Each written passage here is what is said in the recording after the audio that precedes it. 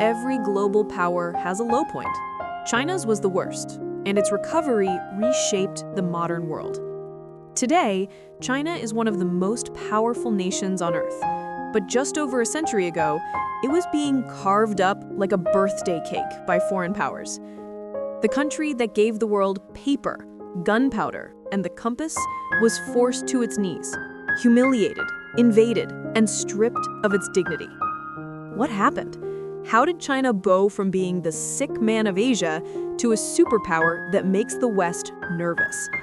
This is the story of China's darkest chapter, and the comeback that changed everything.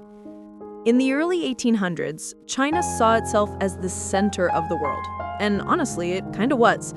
The last Chinese dynasty, the Qing, ruled over the largest, richest, most populated empire on the planet.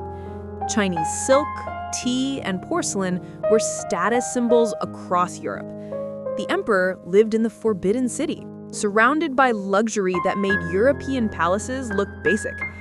But China was confident. Too confident, if I may say. While Europe was going through the Industrial Revolution, building factories, railways, and modern armies, China stuck to the old ways. The Qing court believed they had nothing to learn from the outside world. Foreigners were seen as barbarians who should feel honored just to trade with China. This attitude would cost them everything. This period, Britain had a problem. They were obsessed with Chinese tea. I'm talking millions of pounds of tea shipped to Britain every year. But China didn't want anything Britain had to offer. They wanted silver, hard cash. And this created a massive trade imbalance that was draining Britain's economy. So, Britain came up with a solution. A twisted, evil solution. They started smuggling opium into China. Opium was grown in British-controlled India, shipped to China, and sold illegally by British merchants. At first, it was just the rich getting hooked. But soon, opium dens were everywhere. Millions of Chinese people became addicts. Farmers stopped working the fields. Soldiers became too weak to fight.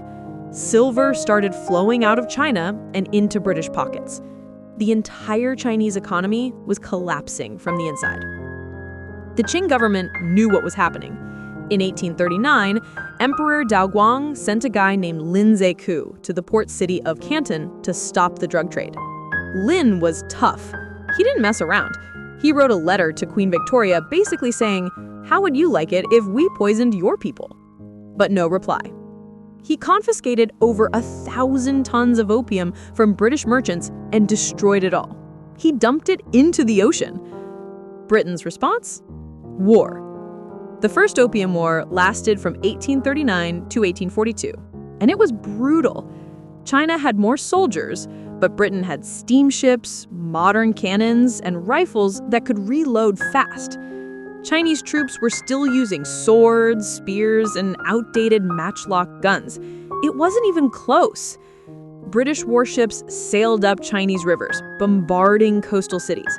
Chinese generals tried traditional tactics that had worked for centuries, but they were useless against industrial warfare. It was like bringing a knife to a gunfight. China lost badly. In 1842, they were forced to sign the Treaty of Nanking. This treaty was a disaster. China had to pay Britain 21 million ounce silver in compensation. They had to open 5 ports to British trade.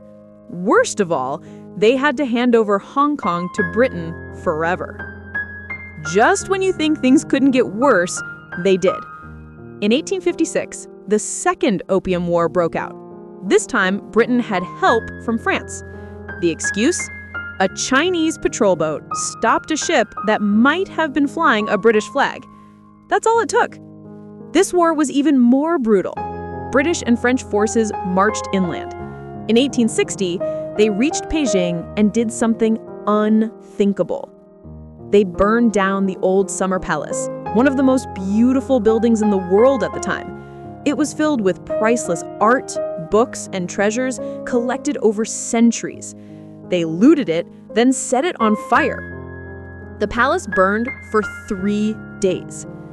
China was forced to sign the Treaty of Tencin, opening even more ports, allowing foreign diplomats in Beijing, legalizing the opium trade, and paying even more money. Christian missionaries were given the right to spread their religion anywhere in China. Stephen Platt, in his book Imperial Twilight, describes this period as the moment when China's self-image as the center of civilization was shattered. The Qing dynasty wasn't just defeated militarily, it was humiliated spiritually. Once Britain broke China open, everyone wanted a peace. France took control of Vietnam, which had been a Chinese tributary state. Russia grabbed massive chunks of land in the north. Germany claimed territory in Shandong. Japan, recently modernized itself, looked at China and saw weakness. China wasn't colonized like Africa or India. Instead, it was carved up into spheres of influence. Foreign powers controlled China's ports, railways, and mines. They ran their own courts and didn't have to follow Chinese law. Chinese people in their own country were second-class citizens. Signs in some areas literally said, "No dogs or Chinese allowed." The Qing government tried to modernize. They started the self-strengthening movement in the 1860s, trying to adopt Western technology while keeping Chinese values. They built shipyards, bought modern weapons, and sent students abroad to learn. But it was too little, too late. The corruption ran too deep. The court was divided between reformers and conservatives. The Empress Dowager Cixi, who held the real power, cared more about keeping her position than saving the country. By 1900, the Chinese people had had enough. A group called the Boxers, officially known as the Society of Righteous and Harmonious Fists, rose up. They believed they had magical powers that made them immune to bullets. They attacked foreigners, Chinese Christians, and anyone associated with Western influence. The Qing government, desperate and confused, decided to support them. That was a big mistake. 8 foreign nations, Britain, France, Germany, Russia, Japan, the United States, Italy, and Austria-Hungary, formed an alliance and invaded China. They crushed the Boxers, occupied Beijing again, and forced China to pay 450 million tiles of silver in reparations. That's more money than the entire Chinese government's annual revenue. Arne Ardwestad in Restless Empire points out that this wasn't just a military defeat. It was a psychological breaking point. The Chinese people realized their government couldn't protect them. The legitimacy of the Qing dynasty was destroyed. In 1911, the Qing dynasty finally collapsed. A revolution led by Sun Yat-sen and others overthrew the emperor. China became a republic, but it wasn't the happy ending anyone hoped for. The country fell apart. Warlords carved up different regions and fought each other for control. The central government barely existed. Peasants starved while generals lived like kings.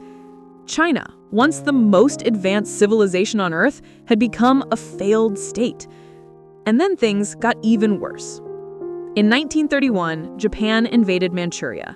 In 1937, they launched a full-scale invasion of China. What followed was one of the darkest chapters in human history. The rape of Nanking in 1937 saw Japanese soldiers massacre between 200,000 and 300,000 Chinese civilians and prisoners of war in just 6 weeks. Women were raped. Children were killed. The city was destroyed. Japanese soldiers used Chinese prisoners for bayonet practice and held competitions to see who could behead the most people. For 8 years, China fought Japan. The Chinese nationalists under Chiang Kai-shek and the Chinese communists under Mao Zedong temporarily stopped their civil war to fight the invaders. Millions of Chinese people died. Cities were bombed. Villages were burned. The Japanese used chemical weapons and conducted horrific medical experiments on Chinese prisoners.